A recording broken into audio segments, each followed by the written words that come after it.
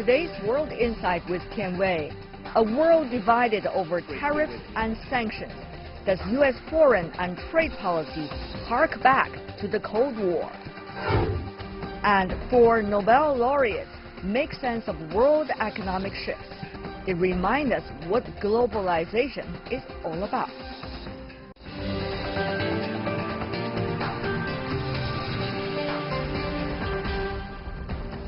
Hello and welcome to World Insight with me, Tian Wei. The program is coming to you live from Beijing on CGTN. The Cold War was a period of heightened tension between the U.S. and the former Soviet Union, lasting almost the whole second half of the 20th century. It's one for the history books, but recent U.S. spat with partners over trade and matters of so-called national security have led many to think of a return of the Iron Curtain. Before we begin our discussion about that important trend, let's take a look at this first. Although fictional, James Bond, also known as 007, have become synonymous with spy thriller action in internationally successful Cold War-themed films. Espionage, the threat of a nuclear war, arms race, and mutual deterrence through fear of retaliation are major elements of the decades-long geopolitical divide. The tension was between the powers of the Western Bloc and Eastern Bloc, mainly between the United States and the Soviet Union. The Cold War captured the imagination of popular culture. The vestiges of the Cold War, with the world's superpower in constant conflict with rivals, may have spurred recent geopolitical shifts. Trade wars over tariffs are just the beginning. It's been more than a month since the U.S. and China levied tit-for-tat tariffs on $34 billion worth of goods. New U.S. tariffs on another $16 billion are set to take effect in 2 weeks, prompting China to retaliate in kind. The U.S. is provoking this trade war, and we do not wish to fight. But in order to safeguard the interests of the country and the people, we have to fight if necessary. Washington said it will impose fresh sanctions on Russia by the end of August for allegedly using a nerve gas on a former Russian agent and his daughter in Britain in March. The sanctions target exports of equipment which Russia considered sensitive to national security.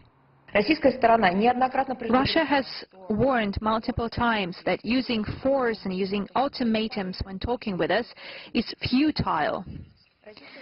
Russia is going to develop a response to this very hostile step on the part of Washington.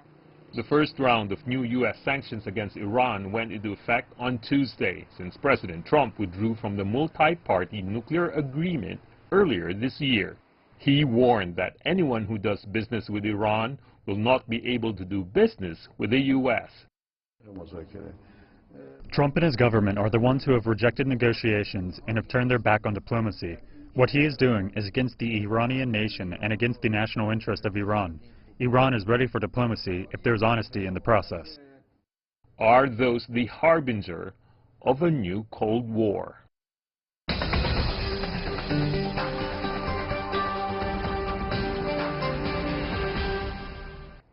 So, are the trade wars the U.S. has started with its trading partners around the world only the prelude to a new kind of Cold War? That is a big question. However, we have some experts help us to sharpen the opinions. Let's turn to our panelists. Yang Xiyu, a senior research fellow of the China Institute of International Studies. In Philadelphia, the United States, we invited Geoffrey Garrett, the dean of the Wharton School, who's also a Reliance professor of management and private enterprise. Gentlemen, I want to welcome to both of you to our program. First of all, Professor, let me ask you, Professor Garrett, about whether it is a new kind of trade war or not. What do you think is the barometer that we could rely on?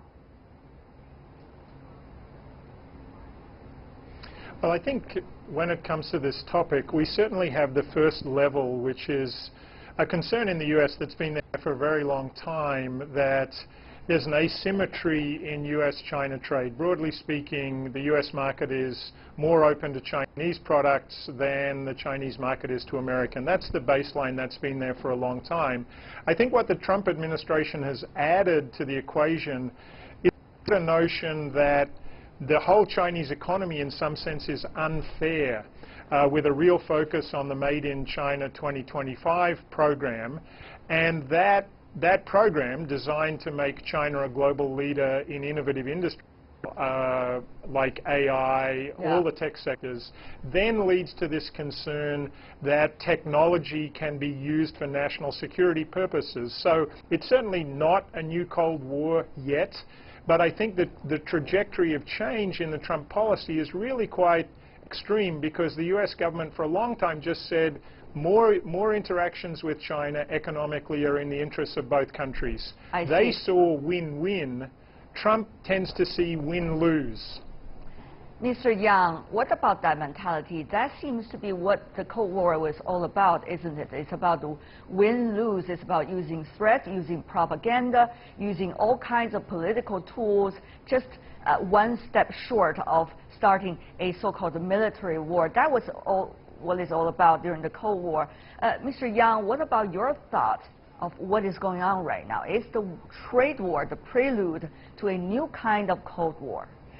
Yeah, it's a really critical question facing, not only facing Chinese people, but facing Chinese top leaders. Now, not only the trade war or trade tensions at the crossroads either go to the win-win result or win-lose result, and also in the general bilateral relation is also at the crossroads, either go into the Cold War or no Cold War, because the trade issue has been strategized by the United States. Just then, Professor Garrett mentioned the Chinese program 2025. In nature, this program is an industrial policy, but for American observation, that's really a strategy. If that is a strategy, U.S. will certainly have an anti-strategy to contain China, and China will certainly have a reaction. So such a negative interaction will lead the bilateral issue into Cold War mode. Professor Gary, if I could push a little bit further about what has been discussed, if you look at the impact, the current tariffs and the rounds of tit-for-tat going on between China and the United States, this is very much likely to have an influence on the kinds of export that the two countries can work on together. It's also going to have an impact on the merger and acquisition deals that could ever be there between these two countries. It is also going to have an impact on the technological transfer, technological deals between the two countries. So you have a pretty much supply chain, innovation chain rather, between the two countries likely to be blocked, at least for the time being. Who knows how long it will last? So Professor Garrett, is this a dangerous trend that we are seeing about trade and also about bilateral relations? Yeah, so I think you've highlighted you've made a key observation, which is that, you know, in Trump's world, in the world of politics in the U.S.-China relationship is all about trade. You know, something is made in the U.S., sold in China, made in China, sold in the U.S. As you pointed out, we actually live in a world of global supply chains. So many American products are assembled in China, final assembly in China, then sold back to the US and sold to the global market. The example I always use is Apple Computer. You know, Apple is just valued at $1 trillion. It's an iconic American company, but every Apple device, as you know, is assembled in China by Foxconn. Now, a lot of those products are sold back to the US. That shows up as an import to the US. That makes no sense. What we haven't, I think, appreciated enough in America is how important the Chinese market has become to Apple. And it's not only Apple. Think of another American iconic company, General Motors. General Motors sells more vehicles in China than it does in the US. The problem for Trump is that those cars aren't made in Detroit, they're made in Pudong. So the global economy, the realities of the global economy today and the connections between the US and China are far different from the world of political rhetoric that we see in this win-loss trade war rhetoric that the US is espousing today. Professor Garrett, if further building on what you just said, you see this trade dispute. The U.S. side, the Trump administration, I mean, tried to resort to some of the laws, the trade laws, that were adopted during the Cold War era, back to the 1970s. For example, 301 or 232. Many of those are very old practices, and they were relevant during the Cold War era. There is also the concern, Professor Gary, that those old tools being used to fix the new problem, whether that will lead us to a further going down the path of possible Cold War, new Cold War. Professor Garrett. Yeah, so I think this is also a very important point. Most countries have always had national security exclusions to trade. So if something is a very sensitive military technology, countries have had the ability to say, listen, normal free trade rules won't apply. I think you're absolutely right to say that in the now almost 30 years since the end of the Cold War, those national security barriers to trade have been reduced. They haven't been used very much. So it is striking that the Trump administration has been willing to use national security provisions as a way to impose tariffs on Chinese products.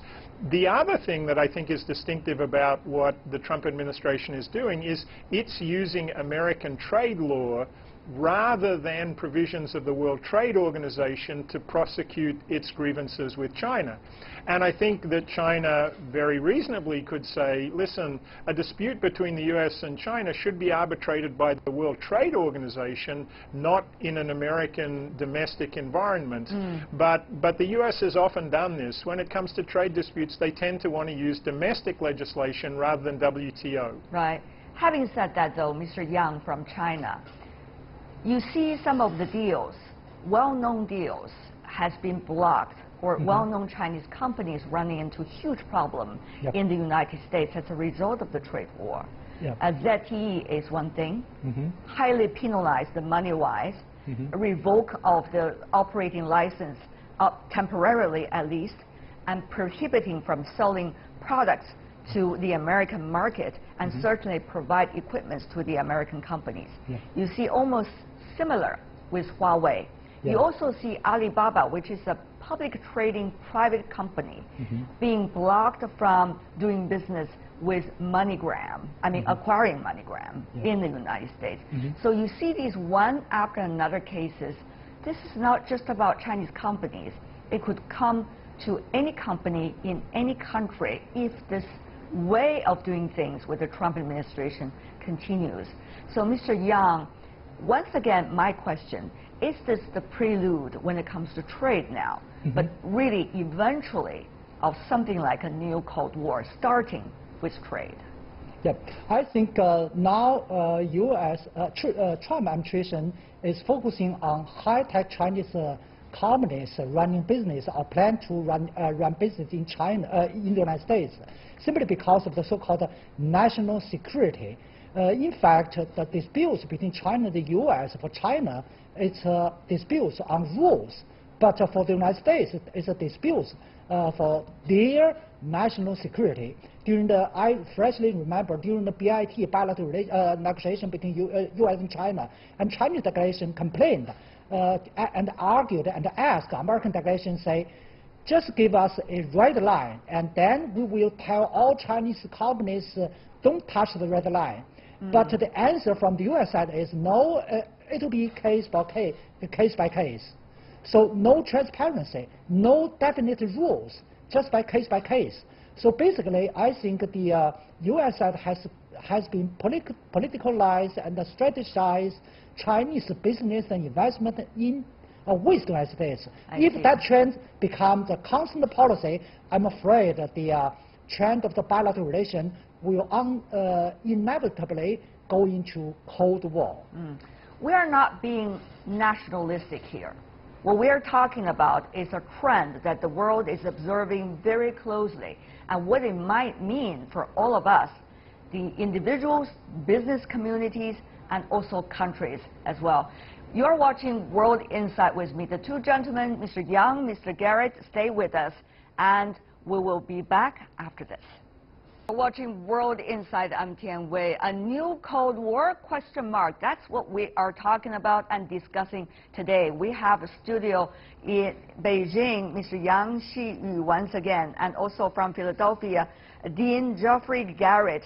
Meanwhile, we're joined in London by Alexander Nekrasov, who is a former advisor to the Kremlin. Also in Washington, D.C., we invited John Citilis, who is a global risk analyst at the Trilogy Advisors. Welcome to all of you. I want to invite your opinion as well, John. I mean, if you listened earlier to our conversation between the other two gentlemen, Mr. Yang and Professor Garrett, you certainly noticed that the word Cold War has been pretty much discussed.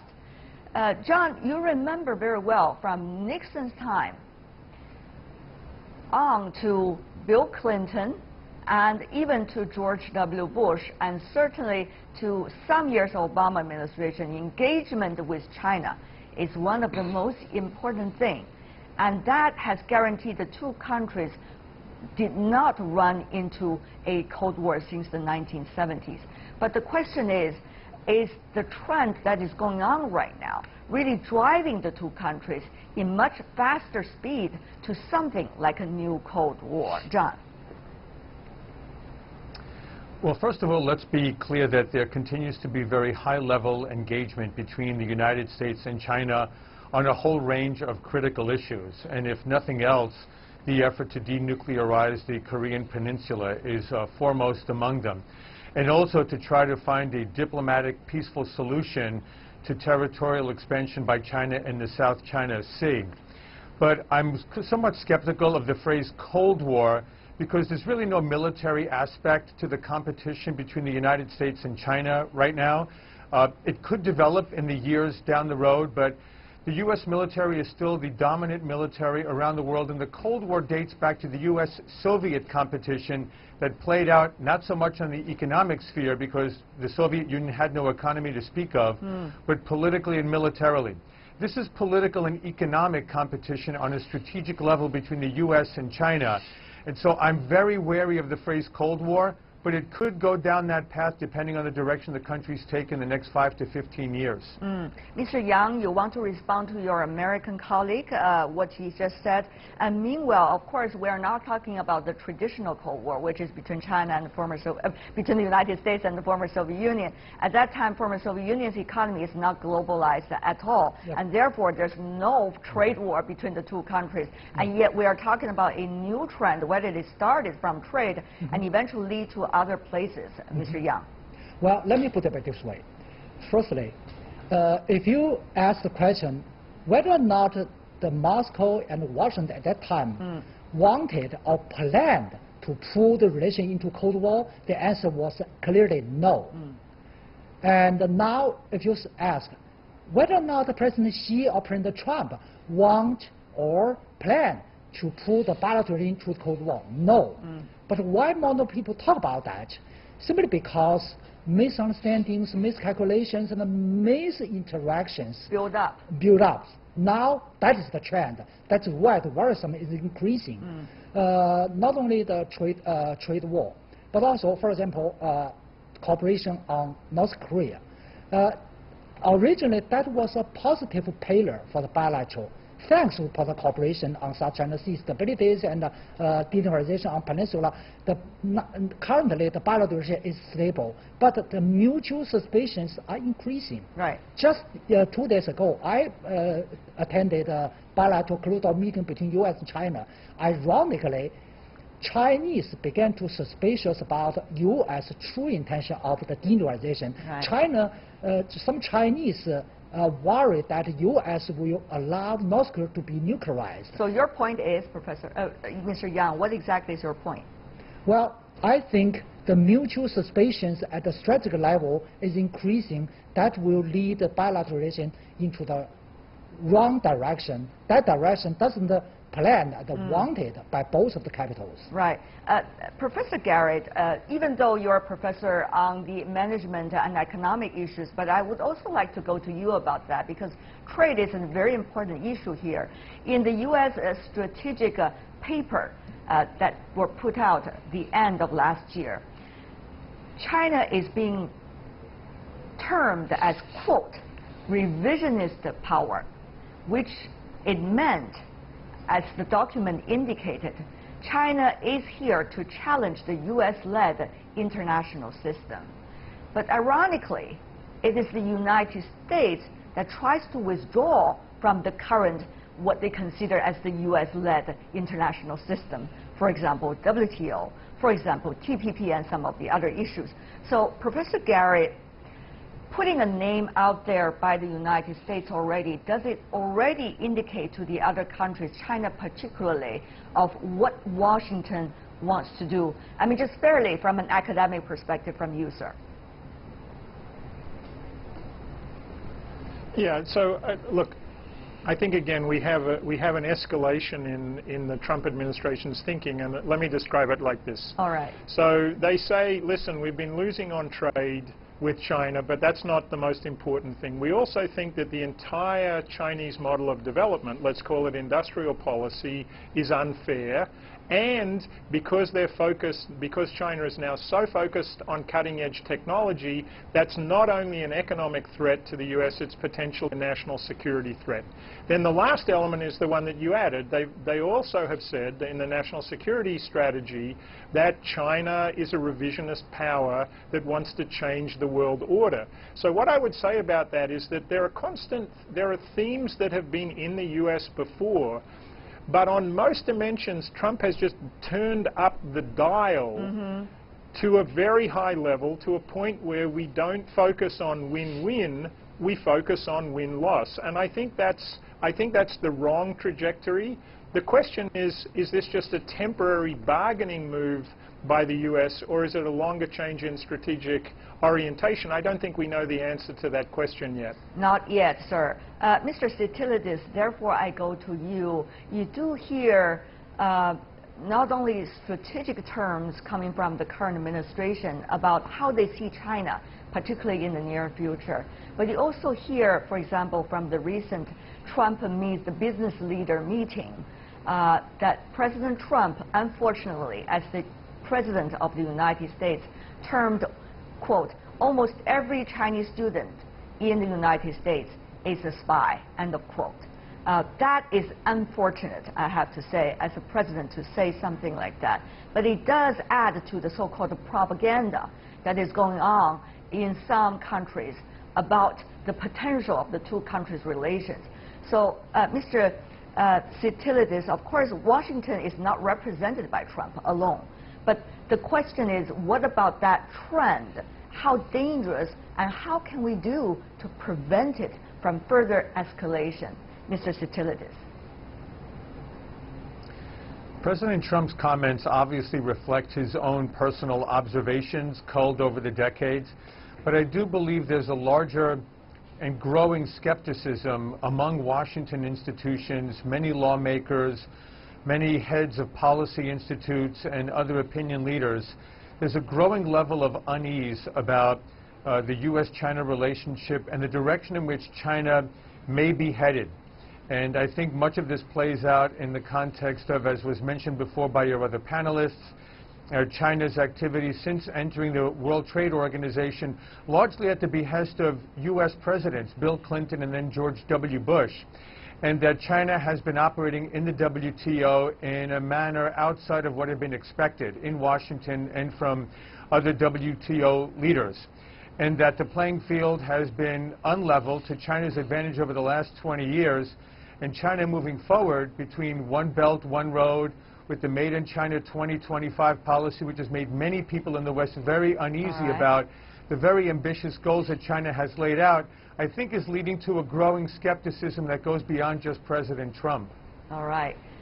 Therefore, I want to invite, even on a bigger picture than just China-U.S. relations, about the trend going on that we see between Washington and some of the other capitals. Now, Mr. Nekrasov, coming from Russia, it's no secret that Russia, even today, is not necessarily on good terms with Washington. That has been a tradition since the beginning of the Cold War. But now you also see, for example, today, as Vice President Pence of the Trump administration suggesting U.S. is establishing this space army. It is the first time in 70 years a new branch of U.S. Army that has been established. When he's talking about that, he's talking about it toward so-called threats coming from China, Russia, Iran, and even for the DPRK, or North Korea. Mr. Nekrasov, your Prime Minister, Mr. Medvedev today said if sanctions in the banking system continues on Russia from Washington, Russia is going to consider it as, quote, an economic war. So it seems that these days we are not necessarily very controlled about the phrase war, but with quite a number of evidence actually laying the foundation of that. Mr. Nekrasov, your thought on this? Well, first of all, I'd like to say that we are talking about the possibility of the revival of the Cold War. We are actually have entered a situation which is much more dangerous than the Cold War, because during the Cold War, the mutual destruction doctrine basically assured that pragmatism was always the #1 consideration. Nobody raised the stakes too high, understanding that the whole world will be destroyed. Now the situation has completely changed. Now pragmatism has gone out of the window in Western capitals, and in Washington, I think nobody can even explain what is going on. Is it a power struggle? Is it a president trying to save his political life by juggling all sorts of things, including foreign policy, and trying to distract attention from himself? It's very difficult to understand what's going on, and that creates instability, and that creates fear, and that creates the possibility of a mistake, which is very dangerous in a nuclear age.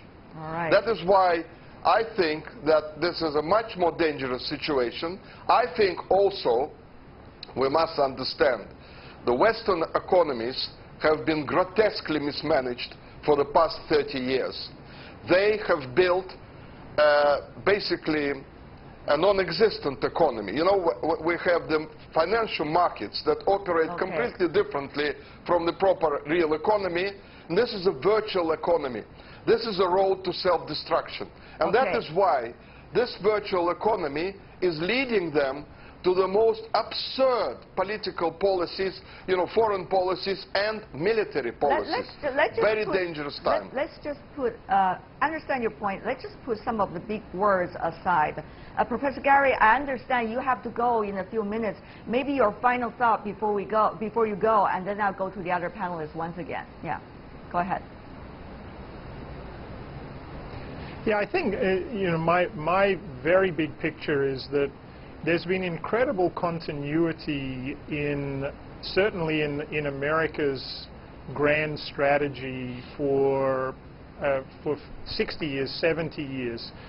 The strategy has been the U.S., yes, the U.S. helped create an international system, but the U.S. wanted, in essence, to be a benign or a benevolent hegemon. It wanted the system to work, and it focused on win-wins.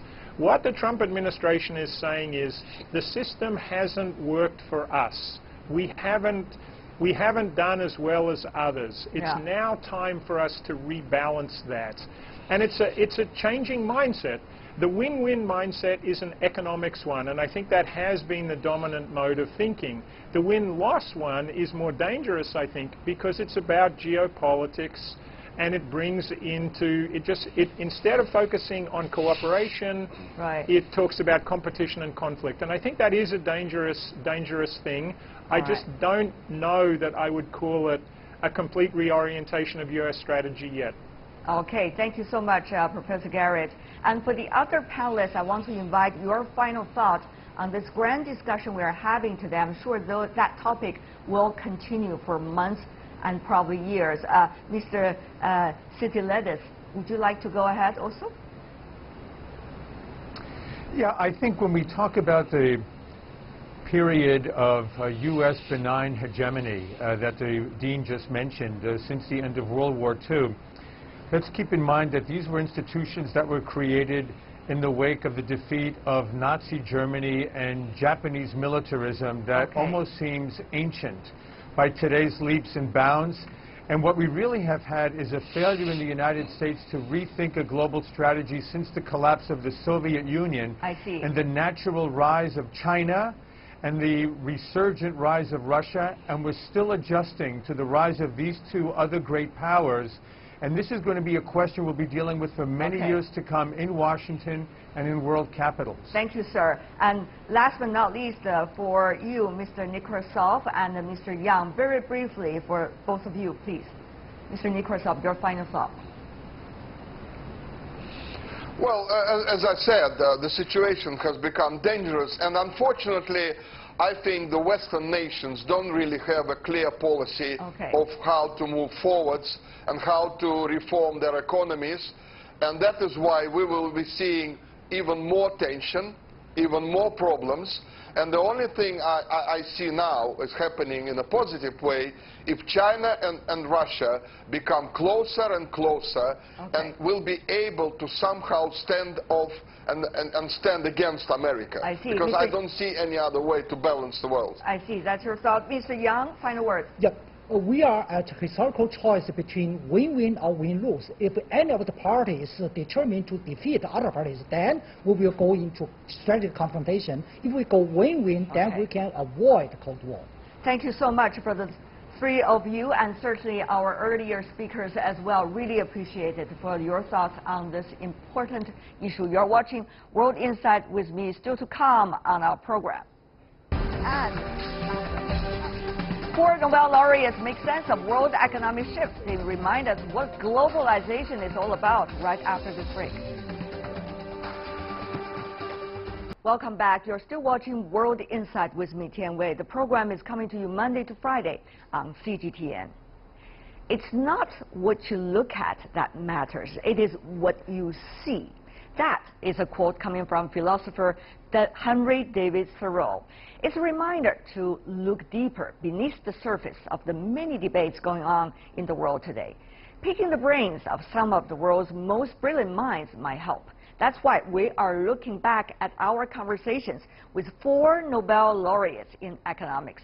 Some of their insights on what's going on in the world more than a year ago are more than relevant today. Where is the U.S. headed, and how will the world and the international systems cope with that? Take a look.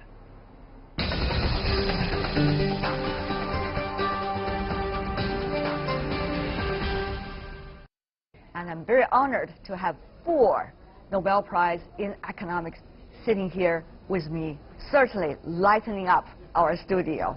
Professor Joseph Stiglitz, Nobel laureate for the year 2001. Thank you. Nice to be here. Professor Michael Spence, laureate of Nobel Prize in Economics, also for the year 2001. The both of you share it. Great to have you. Nice to be here.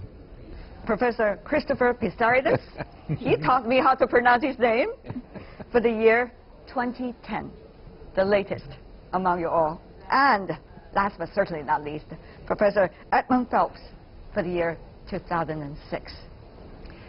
Gentlemen, it's such a pleasure to have all of you here. You were joking with one another before our taping. I hope we're going to have a pleasant time now. What is going on with our international system? We see the United States, Professor Spence, seem to have the tendency of withdrawal from that system. What would that mean for all of us, particularly economies? Well, so for the post-war period, we've had an architecture that has been, by and large, increasingly open and enormously beneficial. It's the core reason why the developing countries have been able to grow at these high rates. And to be honest with you, I don't think we're going to completely close that down. But the problem that has developed is that we're having trouble producing inclusive, satisfactory growth patterns in a number of countries. And while I don't think the right response is to sort of break that whole system down, we're certainly seeing cracks in it. So an honest answer would be we don't know exactly where we're going. There's a risk that we'll have a bout of destructive protectionism, I would imagine. And a better outcome would be a kind of modified version that preserves access to the global economy. Let me tell you what the real problem is. What exactly is it? The big players like China and the United States and Germany and the UK, etc., they can make peace with each other, negotiating agreements that are mutually beneficial. The real problem is there's a lot of countries like Botswana that aren't going to do very well negotiating with, you know, the giants.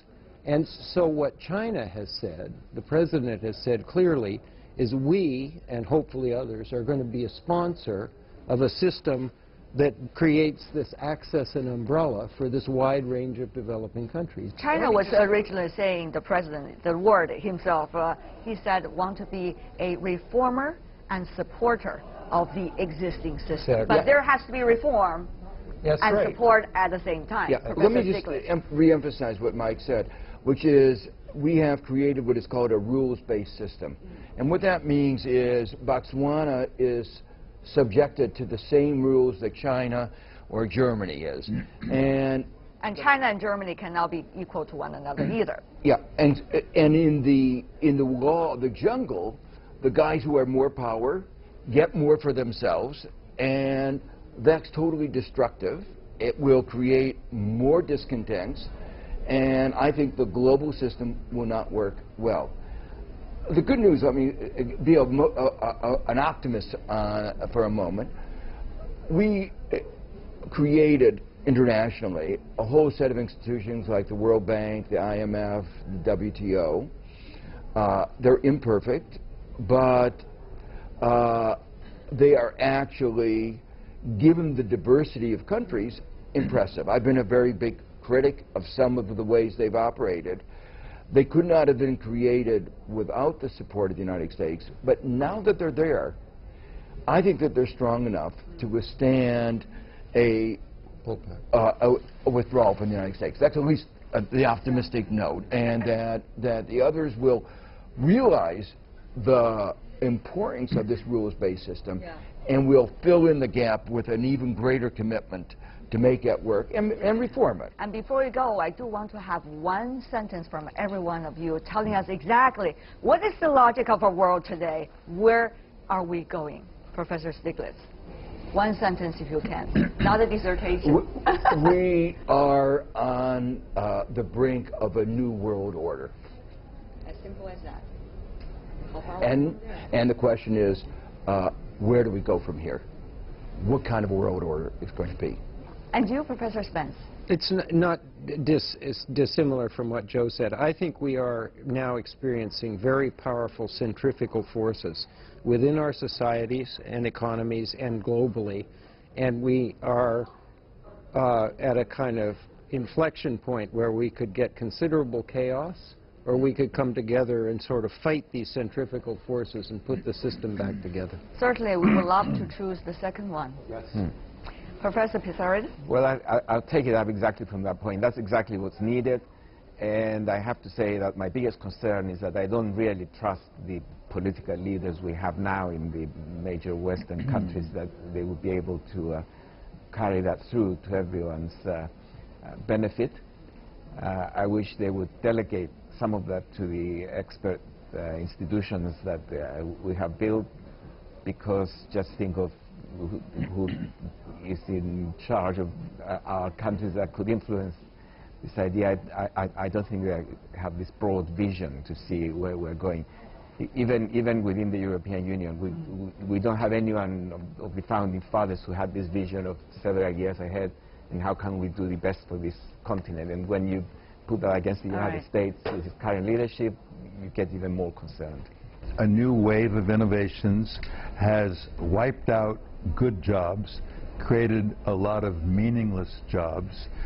Throwing money at the problem will not create more jobs, and it will certainly not create good jobs. So that You can talk about international cooperation and rewriting the rules of the game forever, but that is the simple fact. It is always wonderful to hear the wisdoms of the Nobel Prize winners in economics. All of you are straight talkers, and we really appreciate that. Thank you so much, professors, for being with us.